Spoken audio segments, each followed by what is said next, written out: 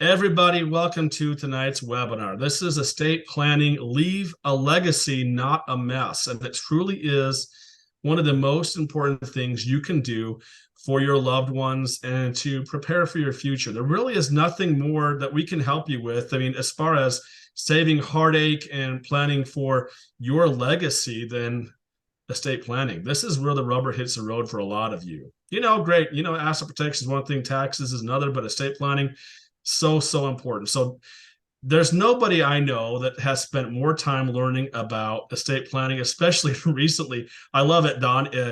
Before I left the office and Don was still working on some things, he was still researching some latest strategies and wanted to make sure he's up to snuff on a lot of this because Don really, truly cares. And he wants to make sure that everybody understands this because it's so important. So we're super excited. But before we start, let's talk about this as a webinar series that we do. And so we have a YouTube channel. A lot of you have been there. If you go to YouTube, really just YouTube and type in Protect Wealth Academy, you'll see our webinar archives. And we have a lot of fun clips on there, a lot of informational clips, a lot of things that are really going to be helpful to you. If you want to dive in and learn different strategies, just do a search: LLCs, Wyoming statutory trusts, corporations, limited partnerships, just how to protect rental properties, your houses, different things like that. And these are from the experts. So again, that's on the YouTube channel. We strongly suggest to go subscribe. When you subscribe, make sure and hit the notify icon in the upper corner. That will then notify you when we post new recordings, including the recording from tonight. So if you're on and you missed something, you want to go back and watch it, jump on YouTube. Usually within 24 hours, we'll have that sent out and posted. Probably tomorrow morning, actually, but just give it a couple hours tomorrow to be posted. And we have a lot of webinars coming up, including a really exciting one next week on business evaluations. We're super excited about that one. It's it's important. I think a lot of you have had those questions over the years. So we brought in an expert CPA on how to evaluate your business. So we're excited about that one. So watch for that. Future webinars, different things will make sure to notify you, and they will come through our YouTube channel and Facebook and otherwise. Also, Facebook. Here we go. So I love these. These are tax strategies primarily. We have different strategies we post regularly on Facebook, and these are fun. And a lot of times, Don, these come directly from the IRS, don't they? They do. Yep. We get a lot of emails. I probably get 5 or 6 a day directly from the IRS. And so a lot of these come directly from that, and some of it just from what we've been teaching. We have a lot of fun putting these together, and we hope you enjoy them. They're amazing. And the thing is, remember, and I hear Scott Estel and other tax attorneys say this, the IRS isn't necessarily your enemy. They actually have thousands of pages of tax code that really are set to help you. If you follow it, it's going to help you. So we try to follow directly from the IRS. Don't do anything out of the guidelines, and they're really good tips. They're there for the taking. So make sure and follow us and like us on Facebook, and you'll get notifications there as well. All right, and then we have an upcoming 3-day asset protection summit. If you have not been to that, this is our premier 3-day event. This is a live stream November 13th, 14th, and 15th. So that's a live stream on Zoom. And, you can do that from your comfort of your car, your home, your office. But of course, we encourage you to really take the time, take 3 days off, and learn from the experts. We bring in tax attorneys, asset protection attorneys. We talk estate planning in depth. Even, you'll see Mike Koval, Stacey Acevedo on there. This is on stock investing. We bring in some real estate because we really feel like part of asset protection is, protecting your assets with legal entities. Also, it's learning how to make sure and protect what you have invested with good investments, learning about the markets, things like that, because obviously you don't want to get caught flat-footed in the markets. So we bring in the experts to help you understand and protect and grow your wealth. So we're super excited about that. Register at protectwealth.com, live stream November 13th through 15th. And let's do this. We always do a disclaimer. Yeah, so this is obviously, we're an asset protection company. We do not give specific legal, tax, or investment advice. Obviously, this is something you should seek out a legal, competent professional one-on-one, right? This is to a general audience, so this is not specific advice for you. So if you need that, obviously seek out an expert, and we got some experts for you. Happy to help you there. And finally, Don, I'd like to introduce you because Don is an expert. He really is when it comes to researching taxes, estate planning, asset protection. Don wrote the book, and it's kind of a pun intended. There's he really has. So, he worked with our good friend Jay Mitten. We call him the father of asset protection. And Don kind of ghost wrote a lot of his books. And so, what is it, 5 different textbooks, Don, you've written for attorneys? Right. I mean, law firms. A lot of law firms have bought the books and learned directly from Don and all the research you've done over the years. So really, there's no greater expert on a lot of these topics. Really, truly, this is not something that most attorneys, CPAs, accountants know. They just don't. It's a specialty. They may have their specialty. They may be great at filling in the box on taxes, but when it comes to putting asset protection, taxes, and estate planning together, there's nobody better than my friend Don Pendleton. Welcome so much. Thank you for doing this, Don. He's a president of Protect Wealth. You're in good hands, everybody. I'm super excited about this topic. Well, Kendall, thank you very much. And we are going to have a little bit of fun tonight. We've got a lot of ground to cover. And Bev, I'm not a CPA. I'm not an attorney. I've trained attorneys from all over the nation. Attorneys are good at what they do. They're not always good at explaining things. That's probably where we come in. But we've got a tremendous amount of firepower behind us. Whenever I have questions, I've got great resources. And Don trains the attorneys. So yeah, the latest book we wrote was Asset Protection Handbook. And we had a lot of contributing attorneys that reviewed and wrote and I don't know that. Okay, let's get started. And Don, you want to do questions at the end, right? Yeah, let's hold off to your questions. Roger, I see your question, and I will answer them as we go through about A and B trusts and C trusts. And it does help to leave them to the end, because then we can actually see them better in sequential order a little better. So if you can leave them to the end, it just makes it easier for us to answer them. Okay, great. Thanks, Don. All right, so let's get started. I had a different topic. Kendall wanted to call it estate planning, leave a legacy, not a mess. I created the PowerPoint and the presentation about how to create, fund, and maintain a revocable living trust, and I think we're kind of saying the same thing. And yep, there's a legal disclaimer, and you'll notice through my PowerPoint, I've used a lot of these little clips. Whenever there's a blue box around it, this is something we posted on social media. And this is something I feel very strongly about. And Bev, let me go back to your question, because I've run an asset protection hotline for 24, almost 25 years, answering tens of thousands of questions. And the worst ones, the calls that I get is when people come in and it's just a mess. It's a fight. And Dad wanted me to have this. No, Mom wanted me to have this. No, I was entitled to do this. Never say you know a man until you've divided inheritance with him. I strongly believe that is true. And then this little quote from Suze Orman: estate planning is an important everlasting gift you give to your family. Setting up is a smooth inheritance isn't as hard as you might think. So I'm going to try to simplify some things. I'm going to complicate others that you may not have considered, but I hope we can get through. We're going to cover a lot of ground tonight. First of all, what is probate? And why is it important that you avoid this? Probate is the legal distribution of your assets upon your death to your heirs as administered by the probate court. Now, that's the legal definition. But let me give you maybe another definition.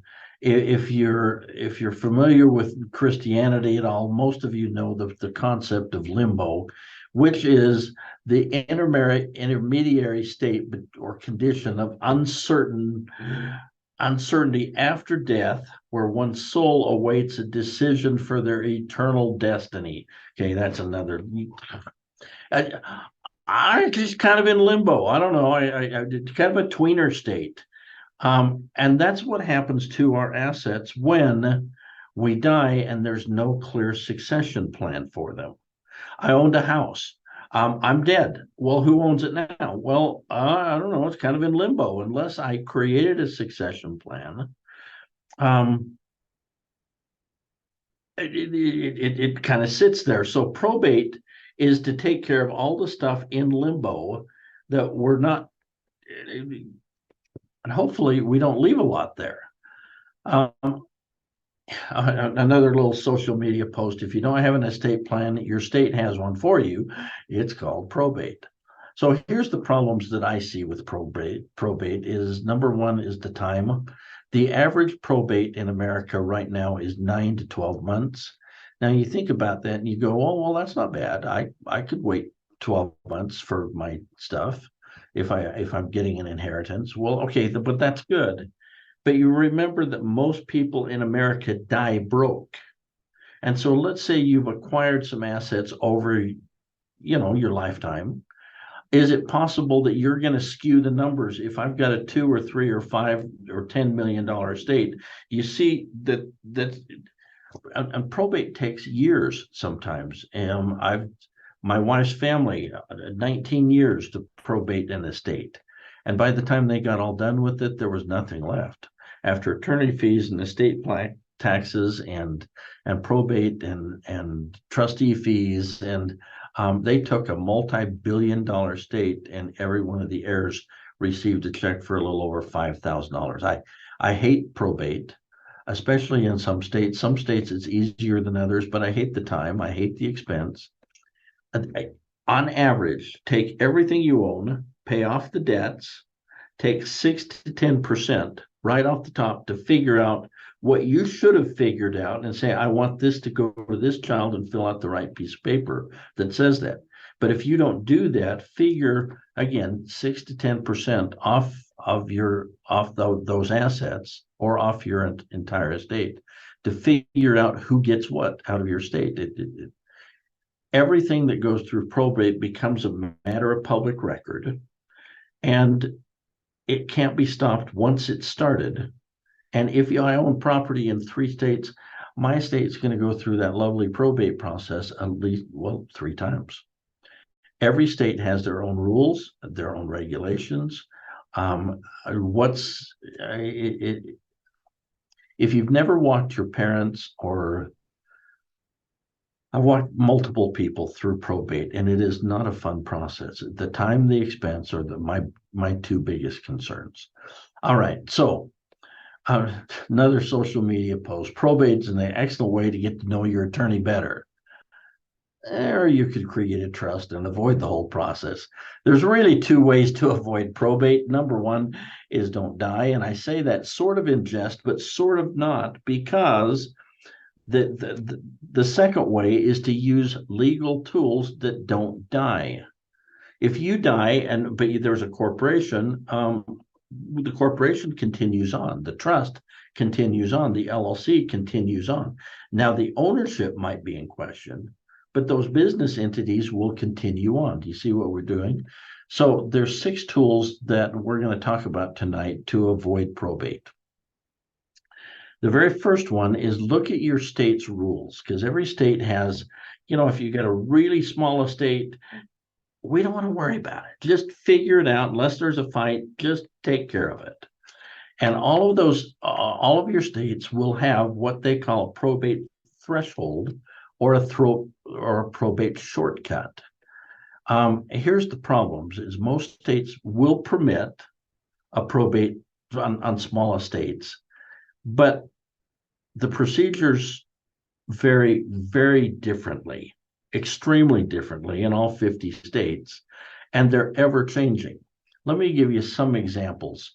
If Georgia doesn't want to deal with any estates under $10,000, if it's a smaller estate than that, just don't worry about it. California, $160,000. $66,000 unless there's real estate involved. If there's real estate, then they're going to get involved with it. Now, if I've done something with my real estate, well, that takes it out of the. Now, some states will say we look at the overall total estate, and if it's under that threshold, then we don't worry about it. Some states will include real estate, some will exclude real estate, some will exclude your home, some will exclude your retirement accounts, others include them. It's complicated, and I wish I could give you some overall general guidelines, but there really aren't on probate shortcuts. And so the best thing that we can do is just show you here's the probate shortcuts by state. There you go. Can everybody read that? No, of course you can't. So what we've done is, if you'd like to see our research on this, this is a free thing for you. Anybody that's listening tonight could go to protectwealth.com/probate, and you'll get a copy of this little handout. Now, remember, this was prepared at the beginning of the year, so whether it's up to date or not, they usually don't change all that fast, but always check and verify that the information we've given you is the most current. Again, this didn't get updated. It hasn't been updated since December 31st of last year. So take advantage of that. And Les is going to put that right in your chat screen. So if you just click on the link, it'll take you right there and see what the probate shortcuts are. All right. So if you've got a really small estate, don't worry about it. We don't need to do a trust. We don't need to do everything, because the state really doesn't want to deal with you on this. Beyond that, let's look at the other ways. Joint ownership is the most common way to avoid probate. Okay, so let's say I take my house, I put it in joint ownership with my wife. Okay, if I die, there's no probate because there's clear title to the house. She owns the house. Where I see problems with this is when we're trying to help an elderly parent. Mom is having trouble, and so we're going to put our name on title. If you get in a lawsuit, if daughter or son gets in a lawsuit, or there's an IRS lien, or there's some type of creditor coming after you, do you know they'll come take mom's home, mom's bank account, mom's brokerage account? Because joint ownership, we consider to be financial kiss of death. We would never use it, especially for parents. We would do a power of attorney so that or we would do one of the other tools, but joint ownership does avoid probate. The problems with lawsuits and judgment creditors arises that we think it's not a good tool for most people.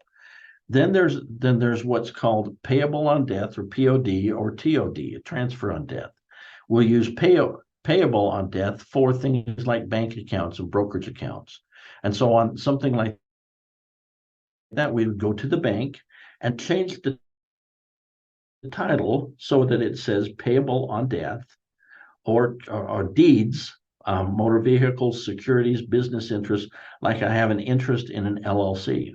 Upon my death, I want all my interests to go to, and it can designate a person, or it can designate my trust. But if I have a transfer on death, let's say, or a payable on death, then there's no need to go through probate, because again, there's clear title to that asset. It's not in limbo. I die, it immediately transfers, immediately pays somebody else. So we use those often. And if there is a trust, we might say, okay, I own the bank account, I own the interest in the LLC, but the second I die, I want this automatically assigned. Well, that would be a transfer on death, or a payable on death deed, or an account. And so we'll use those often, and those are fairly easy to understand. So let's not spend a lot of time.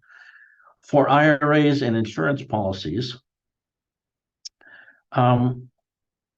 we'll use beneficiary designations. The problem that we have with that, for instance, my IRA. I'm setting it up for my benefit when I retire, but my wife is listed as the contingent beneficiary. The second contingent is our revocable trust. So everything goes into that.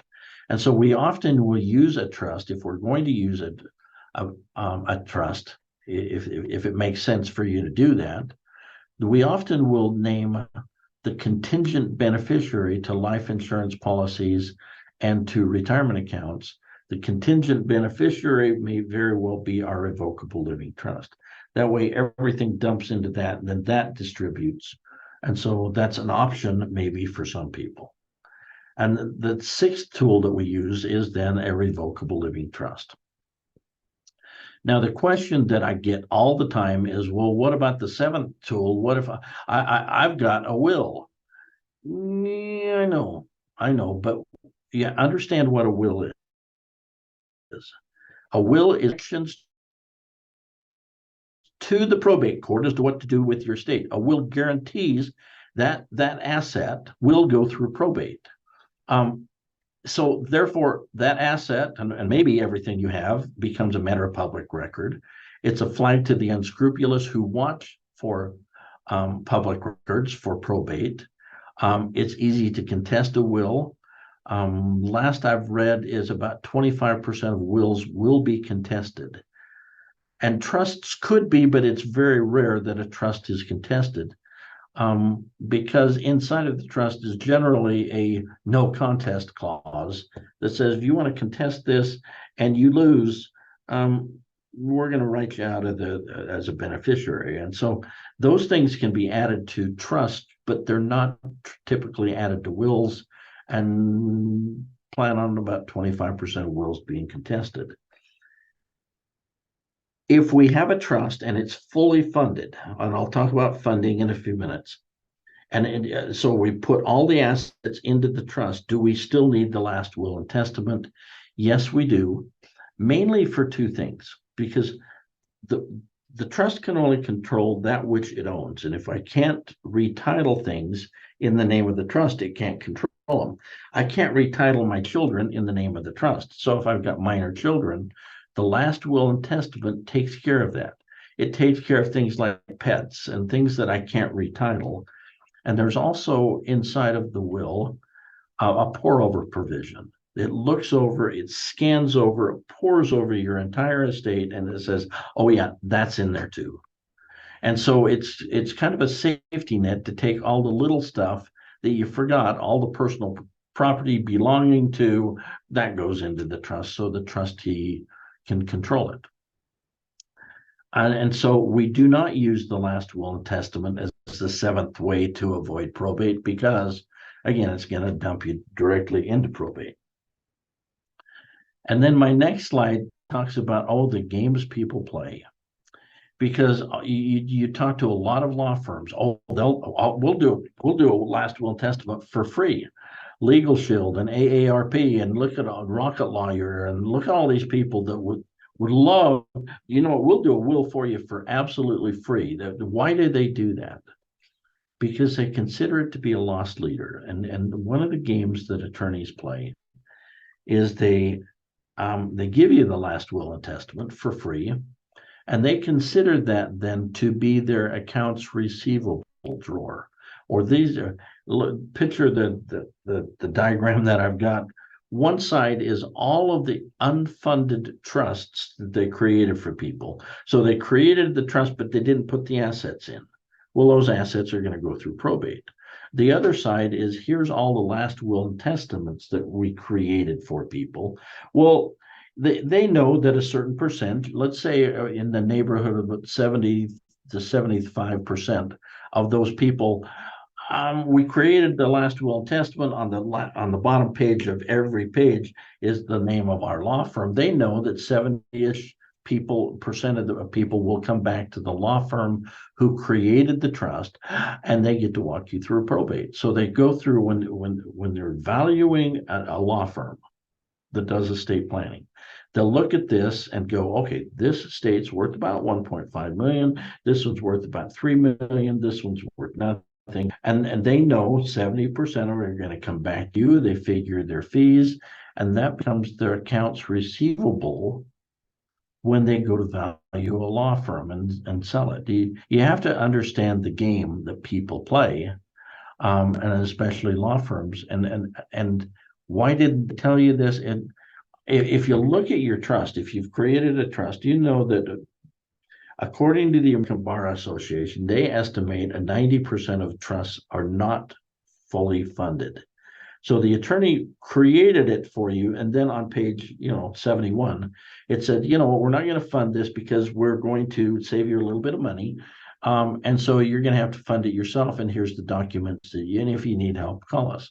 Well, nobody ever reads page 71, and so they've created the trust for you, but it doesn't own anything. It doesn't control anything. All of your assets then therefore go through probate. And so unfunded revocable living trusts are really just about as bad as a last will and testament. Those assets get to go through probate. And so if we're trying to avoid probate, we either have a revocable living trust or one of the other 5 tools we talked about. We don't assign assets to the last will and testament. We use the last will and testament for pour over provisions, guardianship, and maybe a few other things we'll talk about. Our little social media post that we've had, if you really like your attorney more than your kids, have a will. If you really like your kids more than your attorney, have a trust. Okay, so what is a trust? Well, okay, here's the legal definition there. It's a fiduciary arrangement that allows a third party or a trustee to hold the assets on the behalf of the beneficiary or beneficiaries. I know that's the legal definition, but that it's a separate legal entity, and it's recognized by the courts. It's recognized by the IRS. A trust is a trust is a trust is a trust, and what I know that it's confusing. There's so much language out there about trusts, and so I'm going to break it down. I'm going to simplify this the very best way I know. There's really only 4 types of trusts. They're either revocable or irrevocable. They're either living, you created while you're alive, created and funded while you're alive, or a testamentary trust, which is created and funded after you're dead. Let me break that down for you so that you're really clear. We get a lot of questions on our hotline about revocable versus irrevocable and living versus testamentary. Well, not so many about that, but so let me break it down. Revocable versus irrevocable. A revocable can be changed or amended or revoked at any time. I can move assets in and out 10 times a day if I want to. I can change it. I can change the terms. I can revoke it, whatever I want to do. An irrevocable trust, you're pouring wet concrete. Once I've created and put the assets into the trust, you ain't getting them back. It's not going to happen. And so it's irrevocable. A revocable living trust, there's no tax ID number required as long as the grantors, the people who created and funded the trust, are still alive. Once we're both dead, then yes, that revocable trust becomes irrevocable, and it requires a tax return and an EIN number. So while the grantors are still alive, there's no tax return required. Now that does not mean, and let me be clear, if the trust owns assets and there's taxable events that happen, it doesn't mean that you're exempt from taxes. It simply means that it's a disregarded entity. The IRS is going to look right through that entity and look right to the owner. And if that's you, then you get all the taxable events: appreciation, depreciation, profit, loss, whatever. It doesn't matter. Whatever taxable events. So a revocable trust is completely disregarded by the IRS. An irrevocable or irrevocable trust, there's an annual tax return and a tax ID required. For revocable trusts, the income is taxed to the individual grantors. Remember, the grantor, I'll explain that, is the person who created and funded the trust. remember it was a disregarded entity. So if there's income, I get showing on my 1040.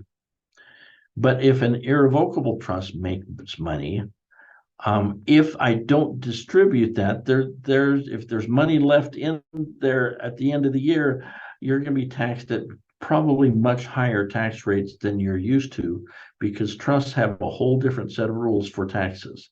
And so generally, if you're using an irrevocable trust, we don't leave a lot of income in there. We distribute it, or we pay the bills or whatever. We don't leave a lot of income because, again, higher tax rules. And a revocable trust, because of the fact that it's revocable, it's amendable, it's changeable, you've got access to all of those assets at any time you want to. Therefore, there's no asset protection. Irrevocable trust, because you don't have access to them, that can be really, really good asset protection. Now, let's say I've got an irrevocable trust, let's say an offshore trust. And where they get in trouble is by exercising too much control over the trustee. Yeah, I can get money anytime I want to. Well, if you can get money anytime you want to, and you're not following the terms of the trust, and the trustee is not following the terms of the trust, and the way that irrevocable trust, we're following the guidelines and we're distributing only the amount of money that we're allowed to. If we're going beyond that, then a grantor or then a creditor would have access to those, and your asset protection is pretty much shot. So can irrevocable trust provide really good asset protection? Yes, but you just can't exercise too much control over the trustees. Hope that makes sense. Then living trusts we often call them by their Latin name, and intra vivos trust, but it's created while you're living. It's created and drafted by the grantors. The testamentary trust isn't created until after you're dead, and I'll show you some examples of that. It's funded while you're alive. It's funded after your death. The assets avoid probate, as opposed to a testamentary trust where the assets are likely to go through probate, and then the trust is created. Trusts are paid for. You pay the attorney fees. You pay for the creation of the trust while you're alive. A testamentary trust comes out of your estate. Let's say, for instance, my son and his wife are going into the hospital tonight to have a baby. Have they created trust for their kids? No, they haven't. They're healthy. They're hopeful that everything's going to be okay. But in their last will and testament, they've says, okay, they gave me power of attorney to create a trust should we need to. And here's the provisions that they want. But right now, they're in their early 30s and they don't see the need to create the testamentary or to create a living trust. So they've given power of attorney to create a testamentary trust if it's needed. I hope that sort of makes sense. Okay. Now, beyond that, let's go back to the types of trust, and I put that on a really small screen because the rest of the stuff that you hear is all marketing crap. That's all it is. We get calls all the time. Have you heard about the Bulletproof Trust? Have you heard about the Iraqi Nadar Trust? No. Have you heard about this beautiful offshore trust? It's all marketing. All trusts are either going to be revocable or irrevocable, living or testamentary. Keep that in mind. Oh, have you heard about the Spendthrift Trust? It's a revocable living trust that has a spendthrift clause that says, okay, if some of the beneficiaries get in trouble with the IRS or they're in the middle of a lawsuit or divorce, you know what? The trustee can't distribute or has to send it out to them, slowly. There's an AB marital trust. I'll talk about that, Roger, a little bit later, and how that works, or an ABC trust. There's a special needs trust. It's a revocable living trust, and it'll have several paragraphs of how to take care of this child and how we're going to give them money without disallowing all their Social Security benefits. or any government benefits. Because if we dumped money, mom and dad died, we dumped money on the special needs kid, they got too much money and all their benefits go away. But it's a revocable living trust that has a few clauses in it. We could have a qualified terminal interest trust. It's a Q-tip trust. We'll use that often for second and third marriages. So not just an AB marital trust, but now the trust is split in three ways. This portion goes to the husband's family and his kids.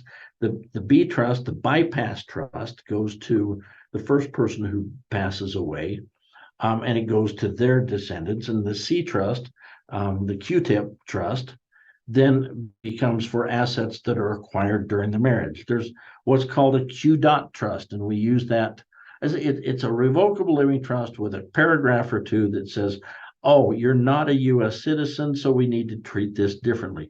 Don't get confused by the names. If we're just taking revocable or irrevocable, living or testamentary, and adding clauses to it. And then there's things, domestic trusts and Delaware statutory trust, Wyoming statutory, Nevada dynasty trust. It's all marketing crap. These are irrevocable trusts that are created while you're living, and they provide, because they're irrevocable, they provide a great deal of asset protection if you run them right. There's offshore trusts and tax reduction trusts, and I'm not going to go through all these. There's specific trusts for a specific asset, like a firearms trust, a land trust. It's a pet trust. It owns one asset and it just takes care of. But these are generally revocable living trusts that are amendable. But don't get confused by there's so much, and it can be so confusing. And then there's retirement plans. Oh, wait, a 401k is a trust? Yes, it is. And so is an IRA. And it doesn't matter whether it's a simple or SEP or Roth or TSP plan or health savings. They're all trusts. They all have beneficiaries. They fall under trust rules. But if you look at the marketing crap and you get, oh my gosh, you can go absolutely nuts going, just remember, trust is a trust is a trust is a trust. There's revocable or irrevocable, living or testamentary. And I think that'll take care of most of the confusion that I'm hearing from the online. Okay.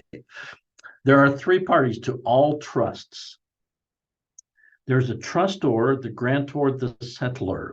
It's all the same thing. It's the person who creates and funds the trust. There's a trustee. That's the person who controls or runs the trust, distributes the trust assets upon, usually the death of the grantors or I don't know, whatever the terms of the trust was. Maybe this trust only lasts for 3 or 4 years and then it distributes, and it's not tied to any death. It's simply a trust that holds an asset, like a land trust or a charitable remainder trust. And then there's a beneficiary or beneficiaries. And they are the ones who receive the benefit.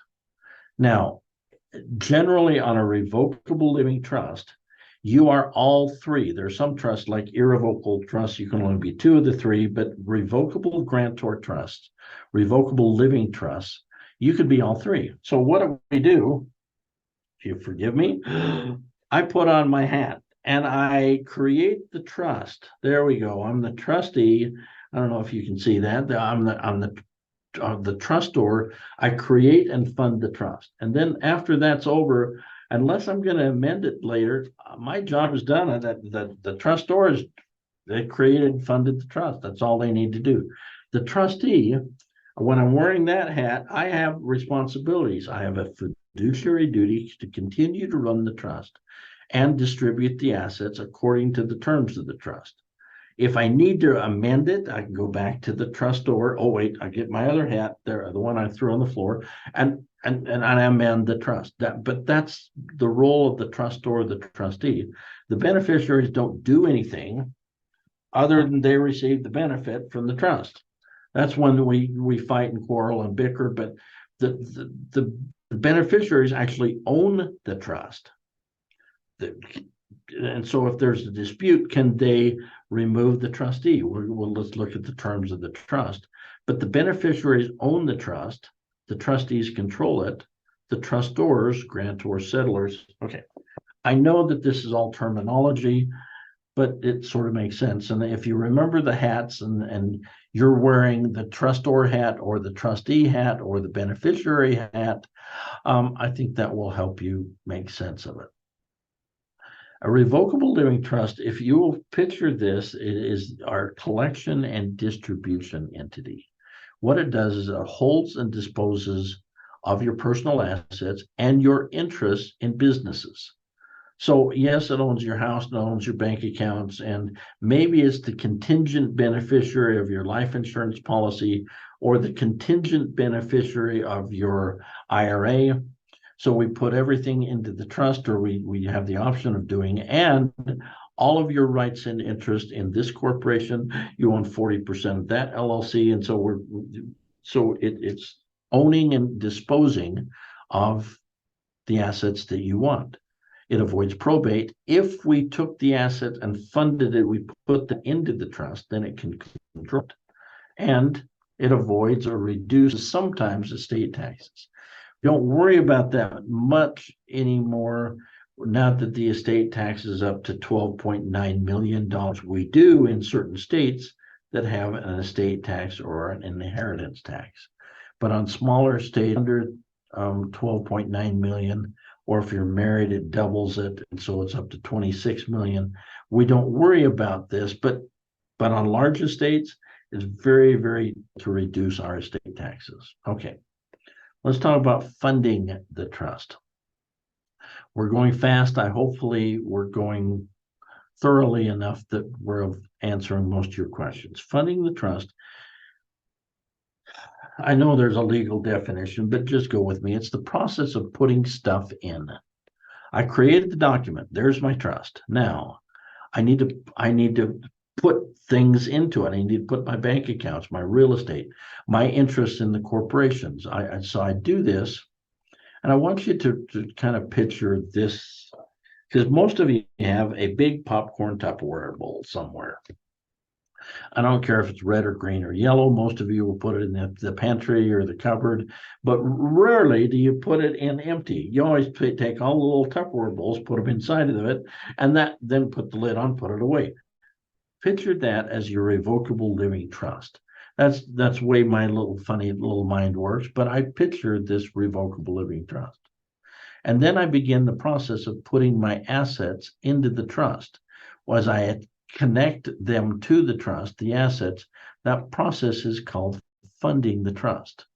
And remember, I told you that a trust can only control that which it owns. If you didn't put it into the trust, if you didn't fund it into the trust cannot control it.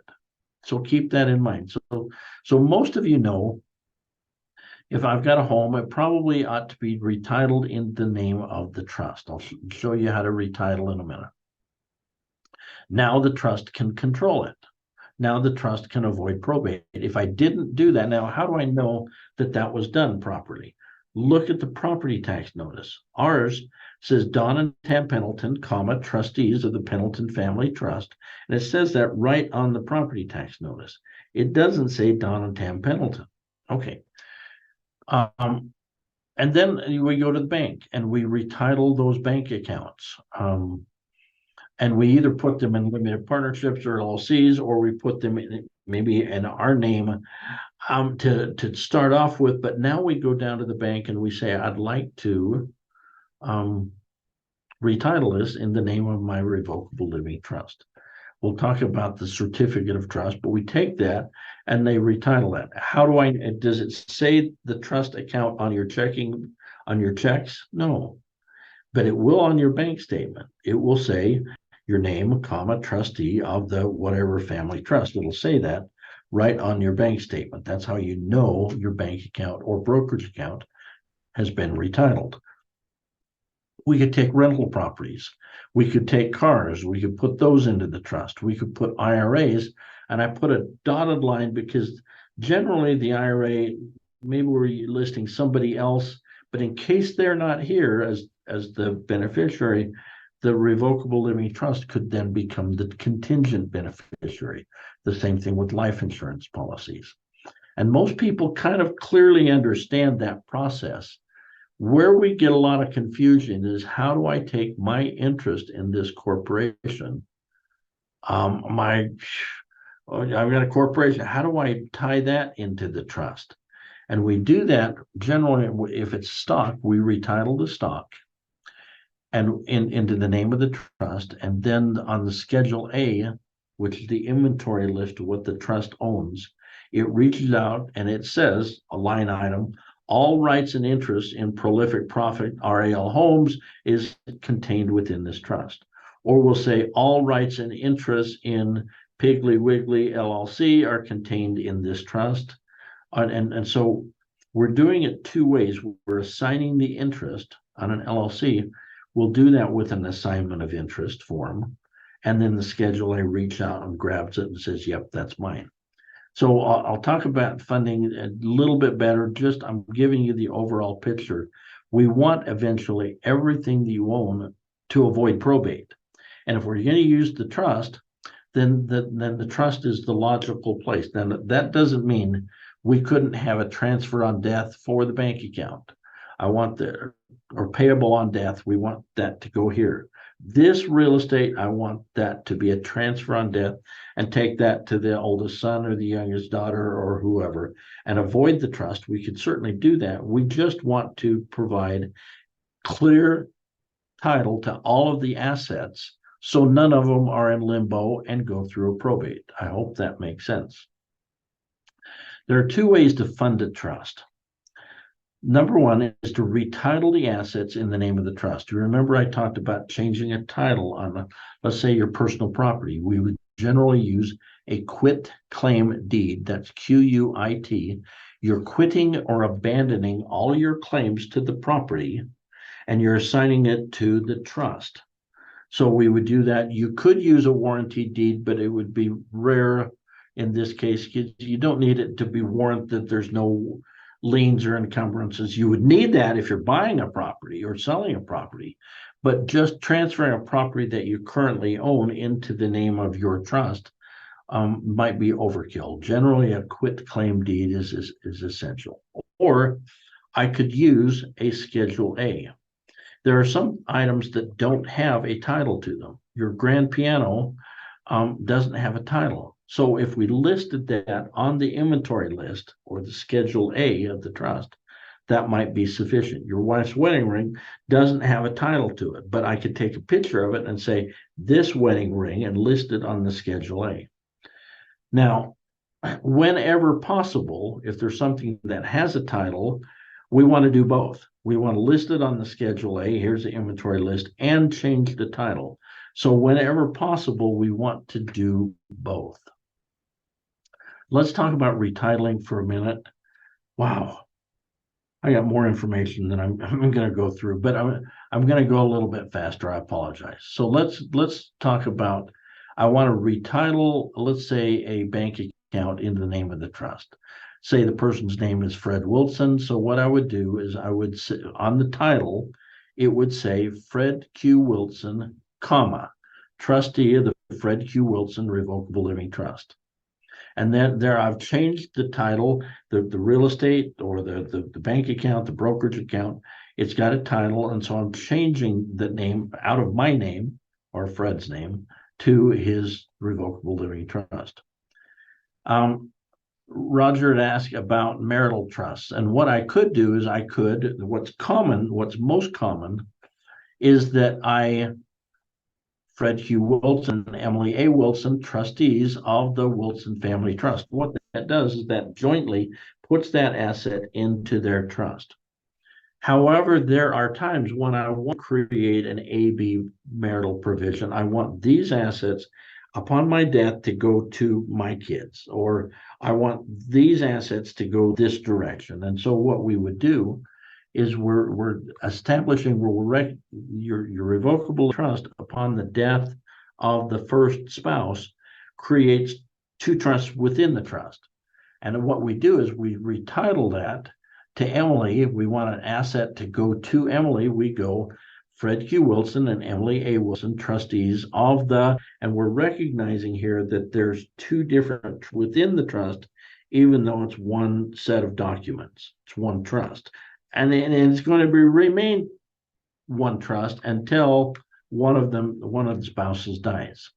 We could do the same thing with the husband. We could say Fred Q. Wilson, Emily Wilson, trustees of the, oh, we're going to name that to his trust. And we name that, even though the trust, it's all called the Wilson Family Trust. We're saying, we're recognizing that they're, upon death, we want these assets to go this way, that one to go there. I hope that makes sense. And I hope that helps you in retitling your assets. Let's talk real quick about a power of attorney. This is something we get a lot of questions on at Roger said Don has probate hate. Yeah, yes, I do. Let's talk about powers of attorney. I'll leave questions for the end. Thanks, Roger, for that. Power of attorney is a legal document authorizing a designated person or persons to act for someone else. Okay, that's the legal definition. And let's talk about the types of powers of attorney, because I think this confuses people too. There could be a special or limited power of attorney. There could be a general, there could be a durable, there could be a springing. That's one category. The other category is to split them up and go with medical and financial. Let me explain the types of powers. And let's say, okay, I wanted to give to Kendall. We own some real estate together. Kendall, here's power of attorney. I've got to go to Mexico for a couple of days. Here's power of attorney to just deal with this real estate project. Oh, we want to sell it, but I'm not going to be around. Power of attorney to do. Now, powers of attorney can have a start date and an end time. They can be very limited in scope to just a specific item, or could be a very general, everything that I do, that would be general. Durable means even though I'm incapacitated, it's still effective. All powers of attorney end at death.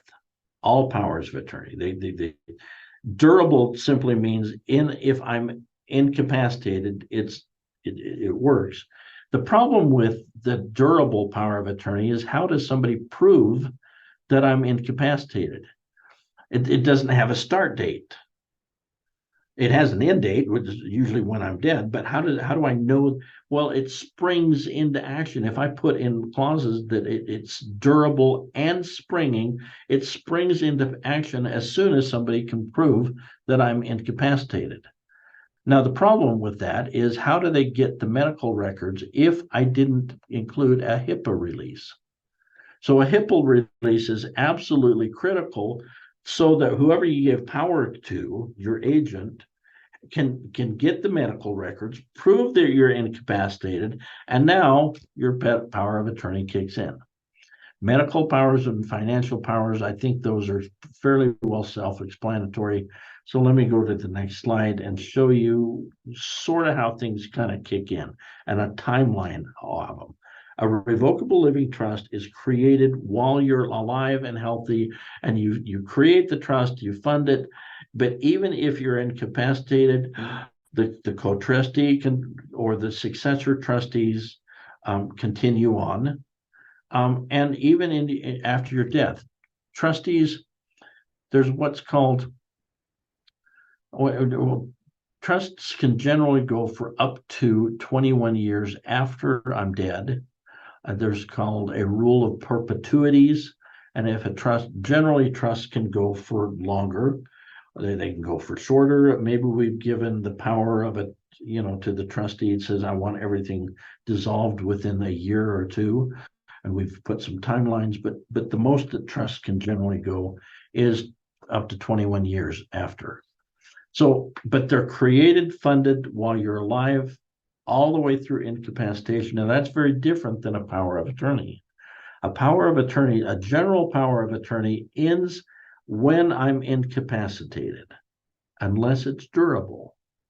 And unless it springs into action, if it springs into action, then it begins at my incapacitation and it ends at death. And then what we have is the last will and testament. The last will and testament. I have a last will and testament, but I'm not dead yet. Doesn't kick in. So if I'm incapacitated and don't have a springing power of attorney, it's in limbo. Does that sort of make sense? So we use powers of attorney. Let's say I'll use a power of attorney when my kids were little. And again, we were going to go to Mexico. I would give to my sister a medical power of attorney. It's going to be end at this date, begin at this date. My son, and well, several of my kids have gone internationally and served missions for our church. Okay. And so the last one was my youngest son. He was going to be gone for 2 years. He gave me a limited power of attorney. Here are the 12 things, Dad, you can do. You can open my mail. You can file my taxes. You can sell my motorcycle. You cannot sell my car. And he went through, but again, beginning date, end date. That's a general power of attorney or limited power of attorney. But for estate planning purposes, generally what we're doing is we're using springing durable powers of attorney with a living trust and a last will and testament. I hope that sort of makes sense. Now, we're going to go through some terminology that will maybe make sense. I'm not trying to confuse you, but a trust, remember I told you there are 3 players to the trust. There's a trustor, grantor, or settler. There's some technical differences, but it's really all the same person. Then there are trustees or co-trustees or successor trustees. And then there are beneficiaries. My wife and I are the beneficiaries of our trust, but then the kids are contingent beneficiaries. I know this is language, but so that you know. Powers of attorney don't have trustors, grantors, trustees, beneficiaries. We call them something different. When you're creating a power of attorney, you are the principal. And the person who you're giving power to is known as the agent, proxy, or attorney in fact. And all of those names are completely interchangeable, so don't let that confuse you. An agent is the proxy or the attorney in fact. It's all the same thing, okay? Last will and testaments have different players. The testator is the one who creates the last will and testament. The executor is the person who runs this. Again, last will and testaments don't kick in. You're not giving any power until the second you're dead. Now the executor takes over, or maybe the guardian. If you've got minor children, they would be the guardian. And sometimes we separate the financial power of attorney from the guardianship. So one controls the money. Rarely would we assign the same person. The executor and the guardian be the same thing. The beneficiaries would be the person who received the benefit. Now, let's say I don't have a last will and testament, or it's not clear, and the court has to get involved. We're in the middle of probate. Then there's another term often called the conservator, which means that the court appointed somebody to manage affairs. That would be a conservator. That's a lot of names. I know it's confusing, but that would be the best definition that I can give you of the players that are in the game. Okay. And then what could a power of attorney do? Well, you could grant them so many different things. And all of these things, I did not list by any chance all the powers that you could be given. But you could give somebody a general power of attorney. You can do my banking. You can accept deposits. You can pay bills. You can make gifts. Be careful on that, because somebody, be careful. Whenever you're giving a power of attorney, make sure that you have a very trusted person, because they have the ability maybe to acquire and sell assets, to defend, hire attorneys, CPAs, forgive debts, collect debts. You see, you're giving somebody a power to do a lot of things. Now, there are some things that are somewhat limited, and that would be It's only available in some states, but some states, if you have the right language in your power of attorney, they could file for divorce for you. Okay. I'm incapacitated. I'm laying in a hospital bed, and somebody files for divorce. They could create and amend or fund trusts. That's interesting. Again, certain powers need to be specifically stated to be granted, and it's only available in some states. And change the beneficiary designations, let's say, of my IRAs or my life insurance policies. Again, if you're going to do that and you're going to grant somebody that power, make sure that it's a trusted person. But those would not be generally in a general power or a durable springing power of attorney, but those are powers that you could grant to somebody. The things that you can't do, I don't know any states or jurisdictions will allow somebody to be married if they're incapacitated, which is probably a good thing, or change your last will and testament. At the time of incapacitation, that last will and testament kind of becomes irrevocable. So a little slide on that. You can take pictures of any of these slides if it's helpful. Okay, let's talk about creating, customizing. I won't take too much longer because I do want to get to your questions, but there's a couple things that I think will answer a lot of the questions that you guys are continuing to ask on the hotline. A trust really should create a legacy. And I know we're not just distributing assets, but it really, the trust, if it's done right, really should take your family values. We value education. You know what? So here's what kids, grandkids, if you want something, you better have a grade point average. You need to kick in some of your own money. You need to have a job on the side. You need, I don't know, whatever your terms are, or you can't have a job or whatever you need to do. We value military service in our family. And so, but they don't pay very well when you're just starting out. So our kids and grandkids in our trust, it pays them a little bit as they begin that. We recognize the children's talents and personalities. And I can't tell you how much I hate an equal distribution trust, because kids aren't equal. I've got 5 kids. They do different things. They all have different talents. Some of them I could give money to and they would manage it well. Some of them, they would spend it. They would give it away. Some like real estate, some don't. Some like business, some don't. And so I would give to the child that loves business, maybe the business, the real estate, but don't plan, or let me say, the very best plans that I've seen over the years are those that are customized for the children. It acknowledges past events. Okay, we helped these 3 through college. We gave this child maybe an interest in a business.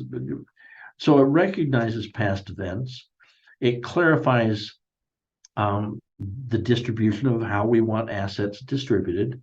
It anticipates future events, like what if our kids or grandkids get into a divorce? They live in a community property state. What happens? What happens if my daughter dies? Do I want her inheritance to go to my son-in-law? Do I not? Spendthrift provisions. So if I've got somebody that maybe has trouble with the IRS, you know what? I want to throttle income to them. Generation skipping clauses, special needs. Let me be clear on something. As you're creating a legacy trust, as you're creating this revocable living trust, which most of you have or should be creating, keep in mind something, and this is one of our little social media posts. We have a lot of fun creating these. One day, son, all this will be yours. Thank you very much. The kids don't want your stuff. Let me be clear. Once they're adults, they really don't want your stuff. What they want is they want a legacy. And so whenever you're creating the trust, and I want you to do it and fund it, and we talk about that a lot, and that's a good thing. But as important, or maybe even more important, is your personal history. And I don't mean this lightly. A personal history then says, here's what I remember about my childhood, and here's a little bit about my dad and there's some family traditions. And in 2001, I wrote a book. It was a 210-page book on my grandparents. And I interviewed all the people they knew. I interviewed the kids, the 5 kids that were still alive. I interviewed the grandkids. Not one of them could remember how Ma and Pa Pendleton fell in love, married. None of them knew because I guess, never talked about it. I would love to know that. And wouldn't your kids want to know how you got, I don't know, funny experiences and health challenges and family records like your marriage license and maybe your birth certificates, things that were really important to you, lessons I've learned in life, and advice for future generations. And those things, to me, create a legacy. It's not just about stuff. When you're creating this living trust, also consider, please, a personal history, what you've learned about life. And Christine, yes, that is a picture of me, marriage 43 years ago. And yes, I look a little different now. Sorry about that, but I do. Okay. And look at this little meme we put out on social media. You're not just creating an estate plan. You really are creating a legacy that can guide and inspire generations. We absolutely believe this. And thank you for that little heart. That I hope you see our heart. It is not about your stuff. Although we don't want to create a mess for your kids where they've got to go through a mess to get, your estate clear. We believe in this legacy planning, which includes a whole bunch more than just taking care of your stuff. All right, a living trust. I think we're going to have to go to questions. Let me go through real quick. A living trust includes so many other things. We call it a trust, but it includes the trust document, the inventory list, a personal property memorandum. It includes procedures at death. If it's done right, I want to be cremated. Just don't leave these things to your family. The certificate of trust is absolutely critical. It's a 1 or 2 page document that's the Cliff Note version of the trust. Because when you go to transfer your bank account to the trust, they're going to want to see a copy of the trust. And you're going to go, it's none of your darn business what's in there. Here's a certificate. Here's all you need to know. Here's the name, who are the trustees, the powers that they have. It's a Cliff Note version. That's all they need to know. I love that little certificate of trust. Make sure that's there. The county recorder or the registrar of deeds, when you go to transfer a property, may want to see that. Your last will and testament. We talked about that a little bit. Your advanced healthcare directives. You're giving somebody power. You're expressing your will. I want to be a donor. I don't want to be a donor. Don't resuscitate. You're expressing your will in the living will, and then you're giving power to your spouse to go, thanks, dear. I don't care what you think. Here's what we're going to do. That's sort of what the medical power of attorney is. We talked about that. Drafting requirements. There's so many times.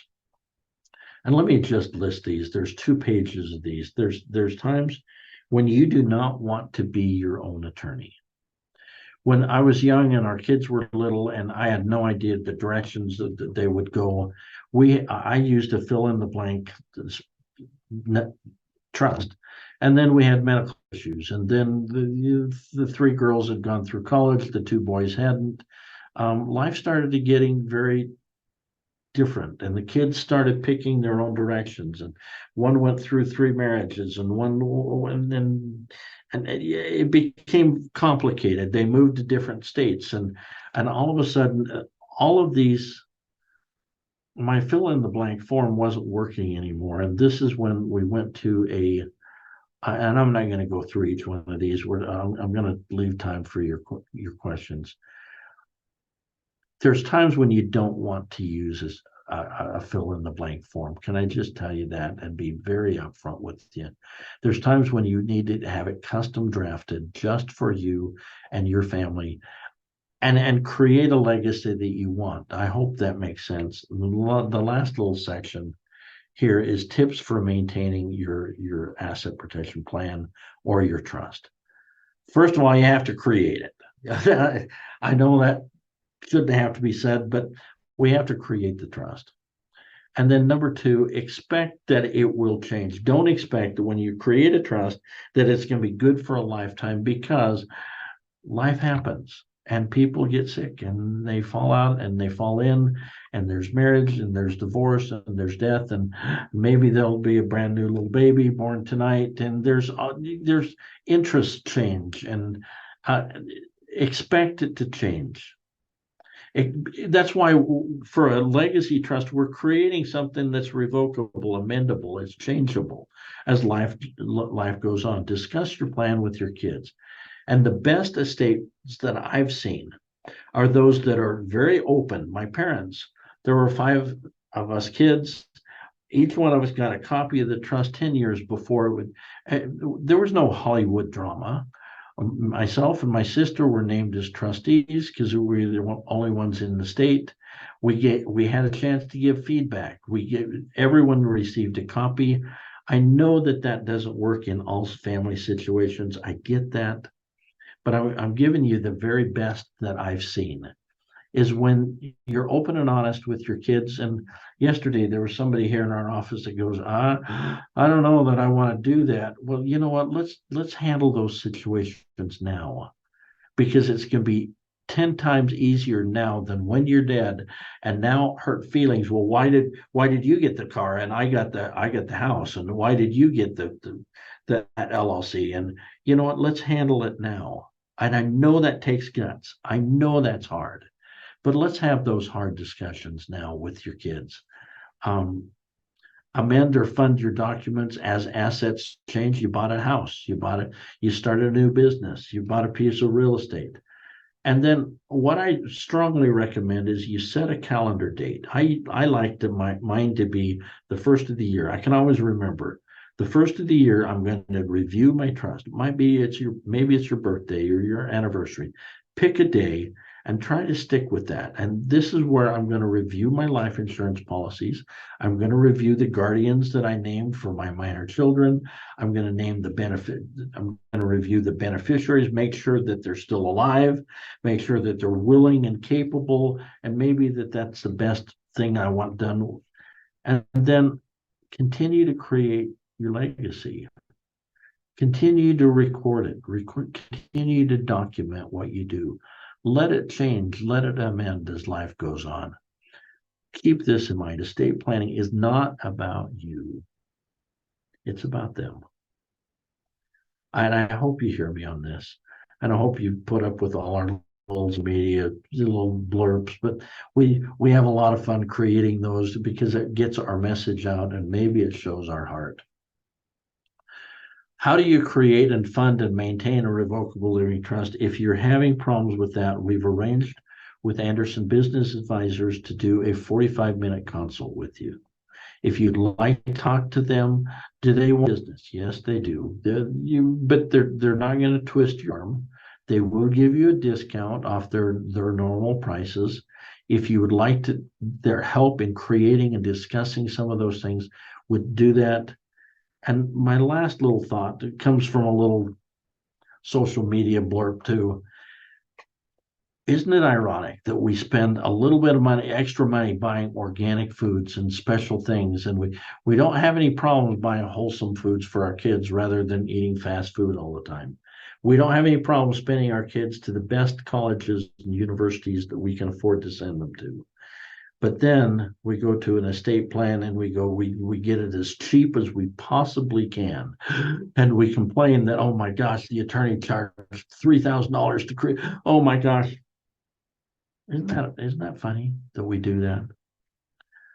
I hope you've enjoyed the class tonight. Let's open up and answer questions. I'm going to go as fast as I can through this because I know the hour is late. but I'll be here and answer some questions. Les, our Hey, customers. Don, can I jump in for a second here? Yes, you absolutely can. Thank you. The link or the chat is not working. I'm not able to put it in for everybody. It's been disabled for me. So we will send out an email with those links. But for those of you that can, copy this down. That's right in front of you right now. Okay, so the one with the free probate, the threshold state by state was protectwealth.com/probate. And if you'd like a consultation with the attorneys from Anderson who create trusts and do the whole thing we talked about, that would be protectwealth.com/trust. Hope that makes sense. Okay. Okay, Roger, I think I answered your questions about AB marital trusts. I hope that was clear. I'm going to assume that that's the case because I tried. Anonymous, as trustees and beneficiaries, I'm able to take out trustee fees before the distribution of funds. And that's a really good question. If the trust allows for it, read the trust, because if it says you don't get any fees, you don't get any fees. If it says you're limited to $1,000 a year, read the trust. But yes, if the trust allows it, sometimes trusts will say you've got 3 years to close this trust. Sometimes it leaves you infinity, well, 21 years. But the question is, I don't know, the answer is you read the trust and see what powers it gives you. Roger, it is preferred to have these assets in the trust or payable on death, transfer on death equal. The goal here is not which tool to use. I gave you 6 tools. Use the one that's most appropriate for use. And sometimes we use a payable on death just to get things into the trust. Sometimes a transfer on death gets things into the trust.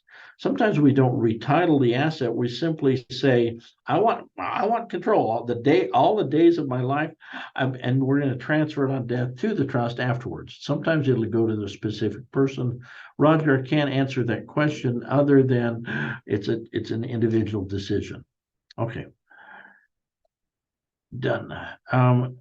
Kevin, if you have payable on death, transfer on death accounts, and also have a trust accounts in them, which priority will give? Well, we use both of them. Are there situations where you want some assets in a power? Yeah, if I want this bank account to go to my daughter, let's avoid the trust and give it right directly to my daughter. The problem with payable on death and transfer on death is that there's no successor. We can't name a successor. What happens if my oldest daughter passes away? There's no successor. That's the problem with that. And so I like the very best scenario in my mind is to retitle assets in the name of the trust and then have a series of successors. And for myself and my wife is the the co-trustee of our trust. And then we've named the oldest and the youngest as co-trustees of our trust. If they can't be there, then we've named another and another and another, and then finally the bank. The bank will be the fairest of all of them because there won't be any family drama, but it'll also be the most expensive. So I hope that makes sense. How do you fund the revocable trust? Hopefully I answered that. Whoops. Okay, Steve. If you recall some trust not recognized in all states, example, a land trust, what are the clauses that can cause a land trust not to be recognized in my state? Steve, trusts are recognized in all states, but land trusts are recognized in all states, but there are only 8 states that have provisions. Absolutely. Yep. This is how land trusts are going to work. Arizona is one of those states that says the beneficiary has to be explained. Yeah, you have to disclose that. There's ways around that, but I know land trusts are very big in Florida. They have statutes. California does not have statutes, but we're dealing with old English law here. Hear ye, so-and-so has died, and we create trusts. Trusts are part of everything that we do. But there's no specific language in California statutes that allow for them. That doesn't mean they're not allowed. It just means that, so hopefully, Steve, that makes sense. Trusts are recognized in all states. Because again, we're using Old English law. I don't know how to do this one. Okay. What is a TOD versus a ladybird deed? Okay. Transfer on death. It says on the deed that we're going to transfer on death. And a ladybird deed is often called a sleeper deed, or it's called a dresser drawer deed, or it's called lots of things. It's a deed that's not recorded. So sometimes, let's say I'm in Pennsylvania and there's going to be a real estate transfer. If I transfer this piece of property, this investment property, so I just don't record the deed. I pay the fee. If I ever get in a lawsuit, okay, then so I create the LLC. I do a ladybird deed. I transfer this. And so could I have a transfer on death and as a ladybird deed? Yes, I could do both. So a ladybird deed is simply a deed that is unrecorded. Transfer on death is, here's what it says on the deed. I'm transferring this property upon my death. That could be recorded or unrecorded, but it's still a transfer on death. Barbara, I hope that makes sense. Answer live. Okay. Don, can you touch on how to get around the problems associated with funding a trust? Example, when real estate is owned by a trustee, typically can't refinance. Steve, refinancing in the name of the trust, if you'll give them a copy of the certificate of trust, if we need to, you could transfer the property back out, but the mortgage company cannot call the loan due if you transfer it in. Most of the time, trusts are easy to get financing. You give the bank a copy of the certificate of trust. They understand revocable living trust. What they don't understand is when we're transferring into an LLC or a limited partnership or a corporation, that gets them really nervous because they think you're trying to hide something. But generally, most banks they have trust departments. They understand revocable living trust. But if they don't, and you need to get refinancing, you can always move it back out, quit claim deed, then get the refinancing, and then move it back into the trust. Hope that makes sense, Steve. Okay.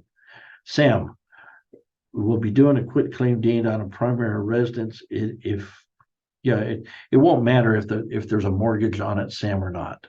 You're transferring your interest. The bank's going to be in first position no matter what you do with your interest.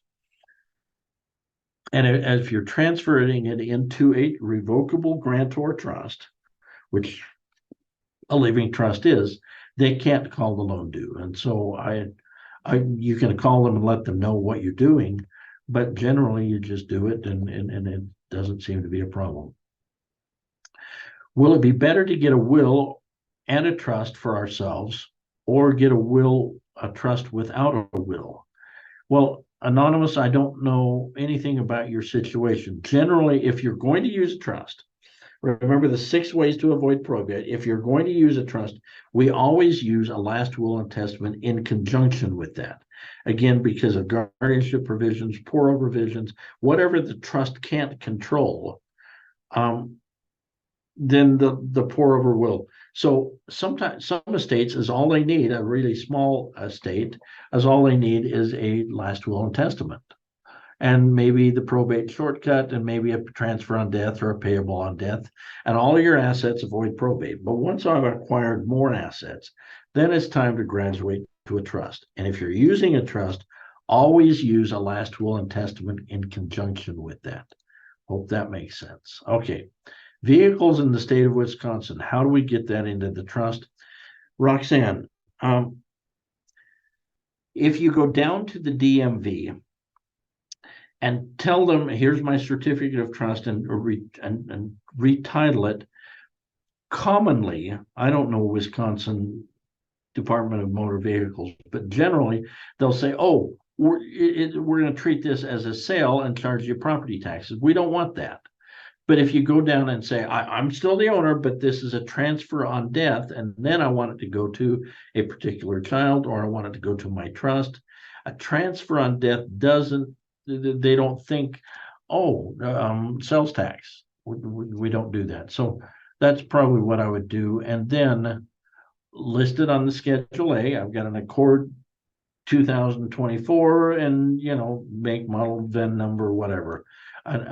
So changing the transfer on death, second you die, it goes to the trust. The Schedule A reaches out, grabs it, and says that would be mine. That would be, I think, the best way to do a vehicle. Do we need to retitle bank accounts to a marital trust, even if the spouse has been named as a beneficiary? No. There are certain times, especially like in a second marriage, when we want to separate assets, this section of the trust is going to go to your kids. This section is going, but generally we don't do that. We can, and what I showed you with AB marital trust is not all that common. Most of the time we title it in the name of the trust. The succeeding spouse, or the surviving spouse, becomes the co-trustee, and you take over it. Very good chart. Thank you, Roger. Appreciate it. I've been working for days to make sure that the PowerPoint was clear. So thank you for that. I want to sign a power of attorney to grant the power to forgive my debt. Okay, you could do that. Or is that a question? It can be as limited as you want it to be. Yes, but that could be included. Sarah, when you're looking to set up a trust, who do you look for? How do you research someone who knows their stuff? Sarah, that's a really good question. And my wife is calling me, and I'm just gonna send her a message because I'm still teaching. Okay. How do you find somebody good? Ask other people. Look for good estate planner attorneys in your area. We don't have a network of attorneys in all 50 states, but we do have Anderson Law Group that has associations in all 50 states, and they do trust, and we've learned to trust them. I love their trust department.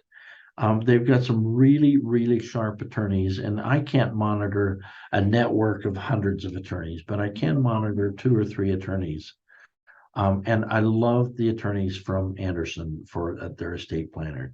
They've got some really sharp people. And so, Sarah, that's the best I can do is send you over there, do a consultation. It's free. And then if you want to find a local attorney and compare them back and forth, I don't have a dog in the fight, Sarah. I want you to have a good trust. But there's some sharp attorneys, I'm sure, in your local area. I just know that if you're tying it into an asset protection plan, Anderson has some specialties that most attorneys don't have. All right. Les, how are we doing on time? Oh my gosh. Anonymous, Don, would you share your slide about the recording? I can't do that. Some of them I've borrowed from other people, and the copyrights were not all the same. Sorry. How do I contact the mortgage company to set up the TOD? No, the mortgage company doesn't need to see that. Do people usually pay trustees for taking on responsibilities? It depends on your situation. If you've got a complicated estate and it's going to take a lot of time you want to compensate. Don't give your son or your daughter the power to do things. You're the trustee, and by the way, this is going to take 40 hours for the next 3 years of your life.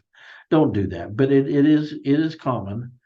But I would throttle it and say, but you're limited to this amount of money, and you're limited to this amount of time. And I think that makes sense. If someone doesn't have kids, who would be your options as trustees? Lena, that would be good friends, or sometimes an attorney, or business partners, or somebody that you trust. Remember, the word trustee has some meaning. It's somebody that you absolutely trust. And even your kids, There's kids I would probably not have be the trustees. And so I think that's general good advice, whether you have kids or not. Okay, we answered that. How does the executor of your will know you passed away or died? If the executor is not a family member, well, they should have a power of attorney, and whoever, it's going to sit in probate, all your assets, until somebody contacts them. But the power of attorney kicks in, and hopefully you're close enough to who that person is that they kind of know that you're incapacitated. Power of attorney kicks in. Trustee kicks in upon your death, or the executor. I do not want to rely on the children notifying anyone. I want it to be all arm's lengths and neutral. So you could have, and when you go into, let's say, a hospital, they want to see your power of attorney, and it would be your contact person in the event that well, don't make your kids be that. Make the person to contact in the hospital be the person you gave a power of attorney or your executor to. That's an easy one. I have a life partner, not married. Okay, I want to be treated as my husband. Any issues with that? It depends on your estate. I'm sorry, the state where you live. Life partners can be, but yes, you can. Yes, if you set them up. If you don't have an estate plan, it's even more important that you do, and you name them, because if you don't have it, in most states, we're assuming that the spouse is going to get everything and have power. If you've got a life partner, you better be perfectly clear about what your intentions are. Otherwise, you've just disinherited that life partner and given them no power. Is this a slide to view off your back porch? I don't know what that means. Sorry, Roger. Les, how are we doing? Do you see any that are critical that we need to answer tonight? Les, you're looking at these. I am answering as many as I can. Okay. Let's see. One, should you create the trust in your state of residence versus another state? Well, there's reciprocal agreements, excuse me, with all states. If you, but there's state trusts are not state specific. Sometimes I'll have state specific clauses.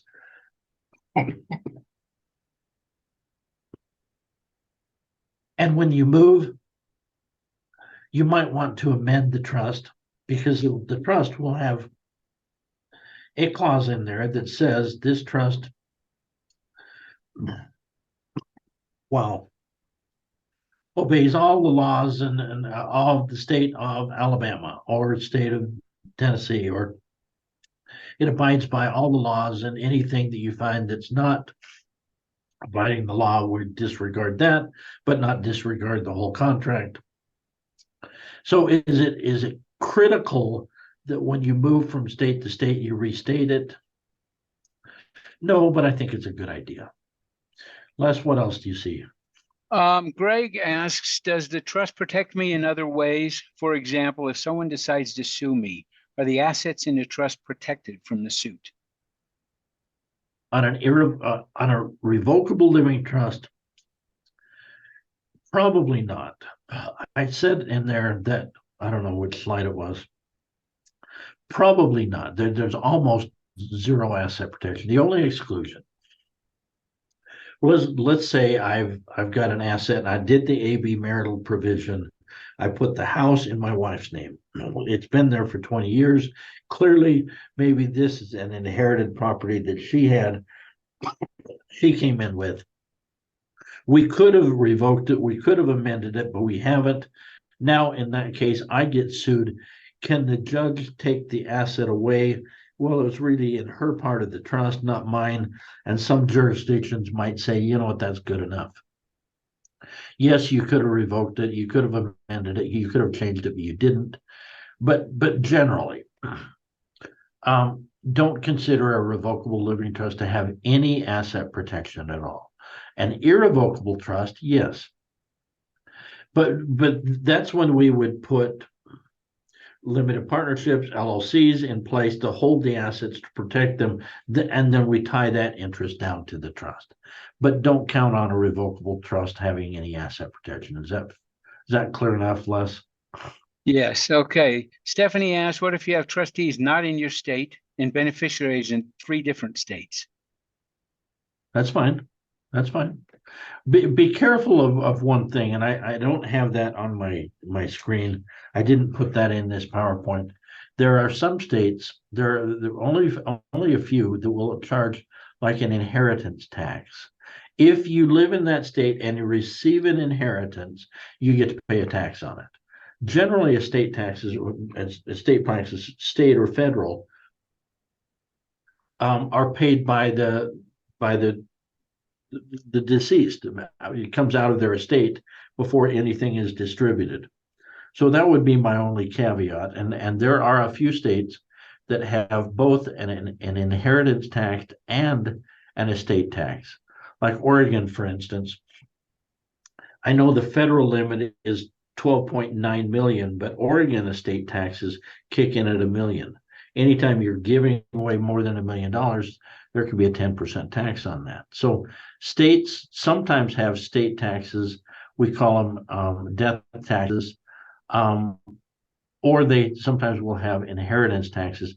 Watch it at the next summit, because I always show a slide showing the United States and a map showing all of those states, which ones have estate taxes, which one have inheritance taxes. Hope that makes sense. Okay, what else? Okay, real quick. Jolene asks, when you need to make changes to the trust, can you edit or, okay, you just, Oh, I'm sorry. can you edit or need to be done by an attorney and renotarize the document? No, you can simply amend and stick on a piece of paper, and it could be a napkin. I don't care. You make it clear, whatever you amend, and you can amend it, or you go to the Schedule A. Look, generally, the trust isn't going to change a lot from year to year to year. The Schedule A, however, might. Here's the attachment I add onto the trust listing the assets. Well, I might change a vehicle every year. I might buy a new business, or I might sell a house.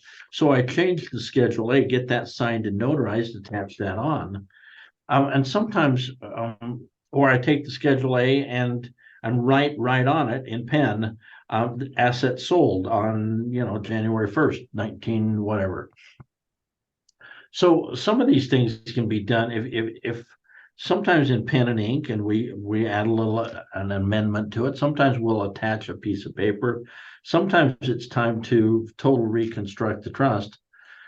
There's only 2 dates that are really, really critical when it comes to trust.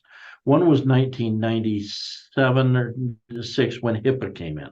If you've got a trust that was created before then, it won't have powers of attorney. Your powers of attorney won't kick in because there's no HIPAA provisions. That was the year that was allowed. And 2012. And that was for large estates. With the estate planning went from about 5 million up to now 12.9, and it's adjusted. And so it was the portability clauses that were added in 2012. And so if your estate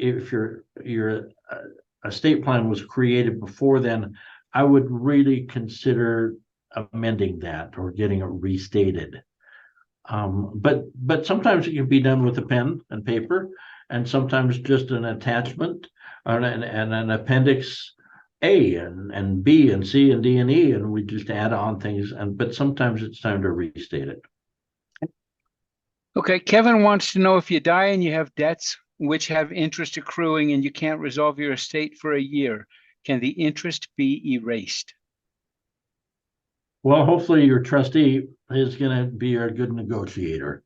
But they can pile up and nothing can be distributed until your debts are paid. That was generally the whole idea of probate, was to make sure that all the debts are paid before anybody receives anything. And that makes sense. generally debts are not just wiped away because you died, especially if there's a lien on a property. You're not going to be able to sell that property until all the debts and the mortgages and liens and encumbrances are paid for. Credit card debt, I don't know, that can be negotiated often. Okay. In Florida, does the house need to be retitled? If you want it to avoid probate, yes. Florida, you've got great homestead laws. I can't take it away in a lawsuit, but it's certainly going to go through probate if you die without clear title to it. You died, the house was in your name. Well, who's gonna own it now?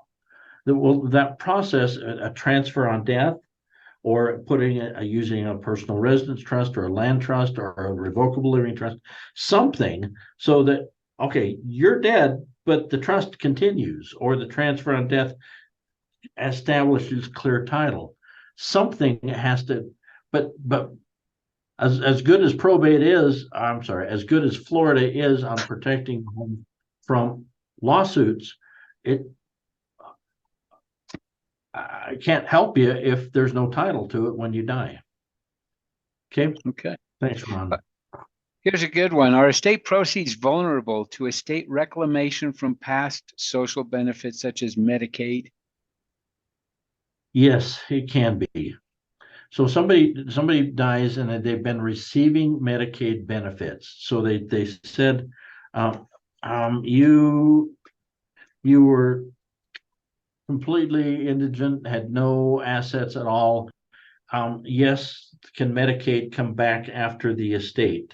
And yes, and they will. And we talk about lawsuits all the time, but Medicaid can be just as mean as the meanest attorney out there.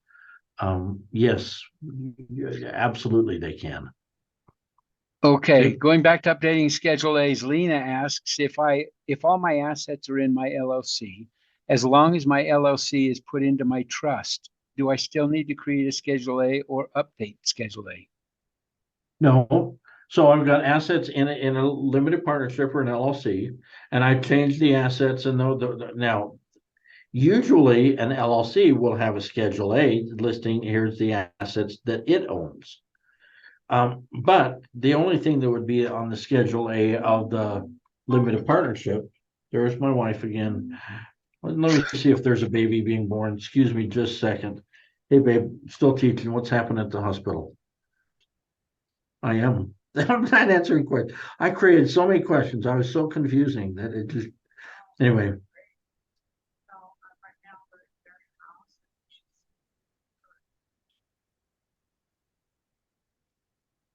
Okay. Okay. I will stop by on the way home. Okay.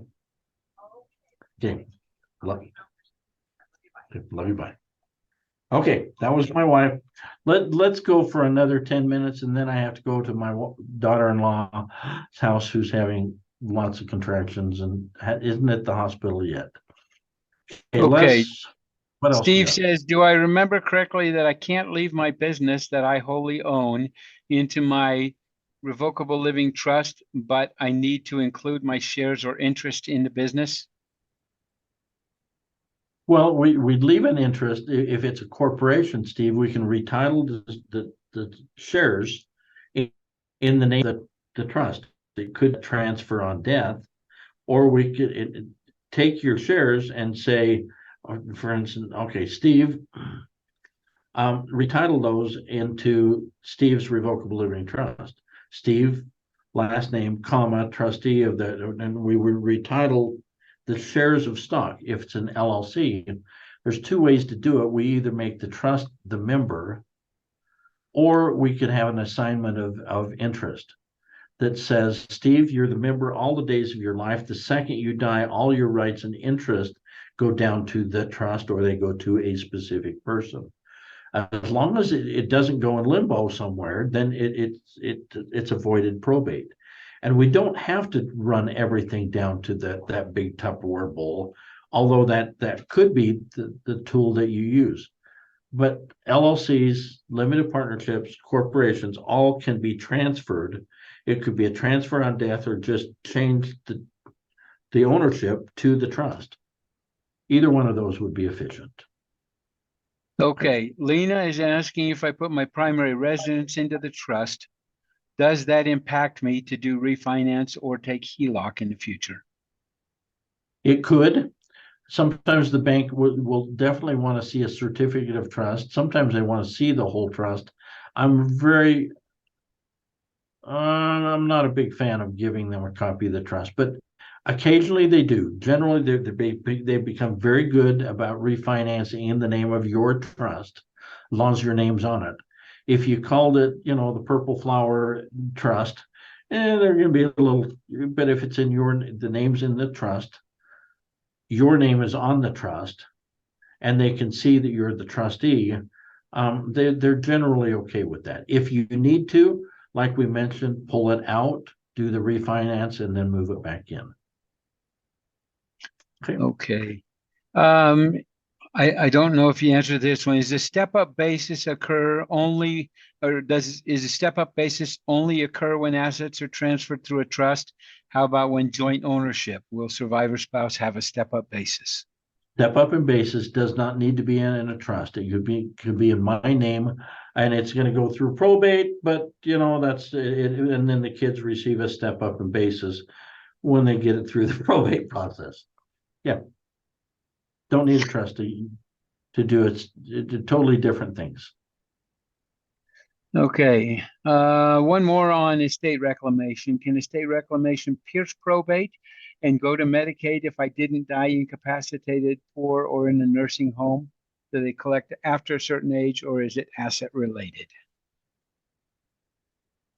Medicaid has a lot of power to do a lot of things, and I would be ill-advised to tell you what they can and what they cannot do. Just know that it's a federal agency administered state by state, and what they can do in your particular state and what they will do, I do not know. I'm not going there. I don't know. Community property states, how does that affect your trust? It certainly can. And I would make sure that the attorney putting together your trust is aware that you live in one of the 9 community property states and where you live. And if you move into a community property state, that might be a good reason to restate your trust.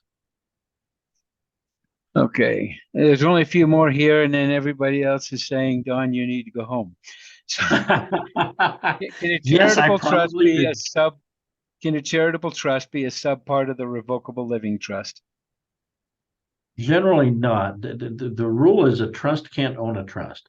A trust can be a beneficiary of another trust, but if you've got a charitable remainder trust, you're going to want that charity or the charitable beneficiary to feed to a nonprofit corporation, a 501c, Boy Scouts, Girl Scouts, your church or something, not to your revocable trust. We could take your revocable living trust and make the beneficiary a charitable remainder trust, but you've lost all the tax benefits of a charitable remainder trust, which are mainly one of the main reasons we do the CRT is to avoid capital gains taxes. And once you're dead, you get a step up in basis. You've already avoided the capital gains. The major benefit of the CRT was to avoid capital gains. I don't see why I would ever do that. But could you? The answer is yes, you could. I just don't see the benefit to it. Okay, this question is asked a lot over the phone. Putting primary home under trust using quitclaim deed, will that require the mortgage to be paid in full? No, not at all. Not at all, because again, you're only transferring your interest, and you're quitting all and you're abandoning all of your claim to the property, but the mortgage company is in first position and it won't affect them at all. You're simply transferring it in. And there's a 1983 or 84 Garn-St. Germain Act. Senator Garn, Senator St. Germain, they sponsored the bill.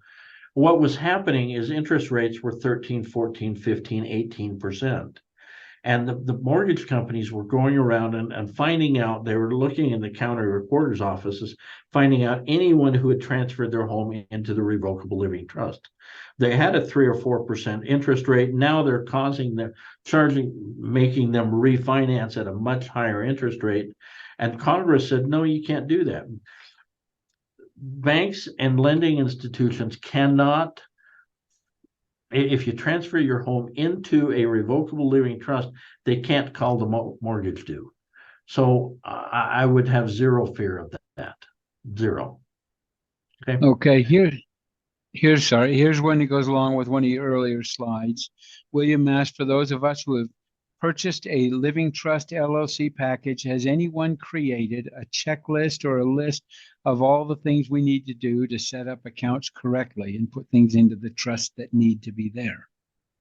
Well, that's a really good question. And you would think that if an attorney creates it, back on page 79 or 103 or something, there's going to be a checklist of things to do.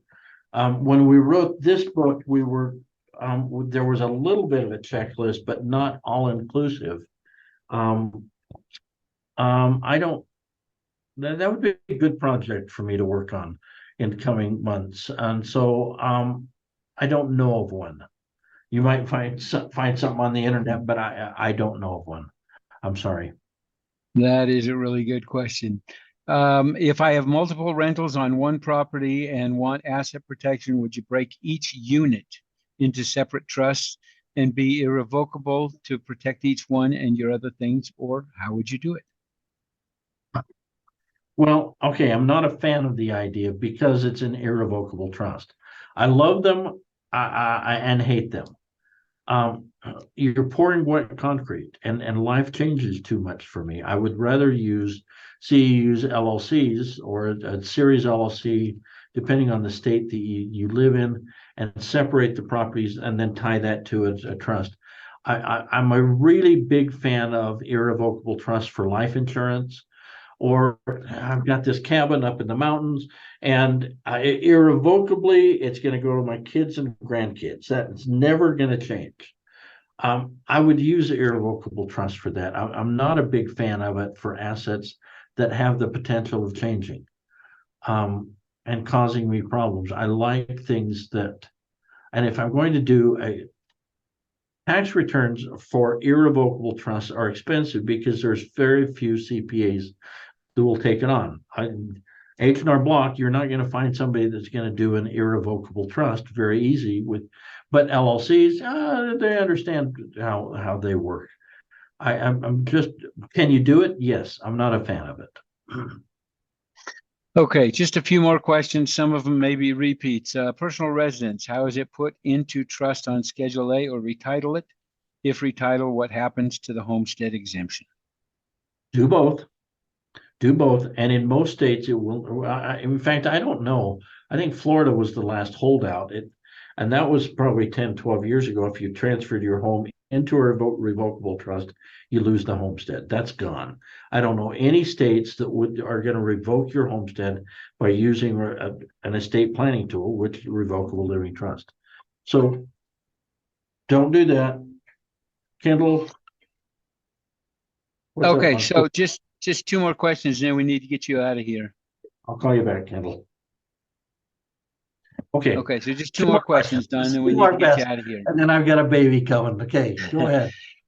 Wouldn't it be best to name the revocable living trust different from your own name for privacy? Example, putting the primary home into the trust with your name shows that you own that. Generally not.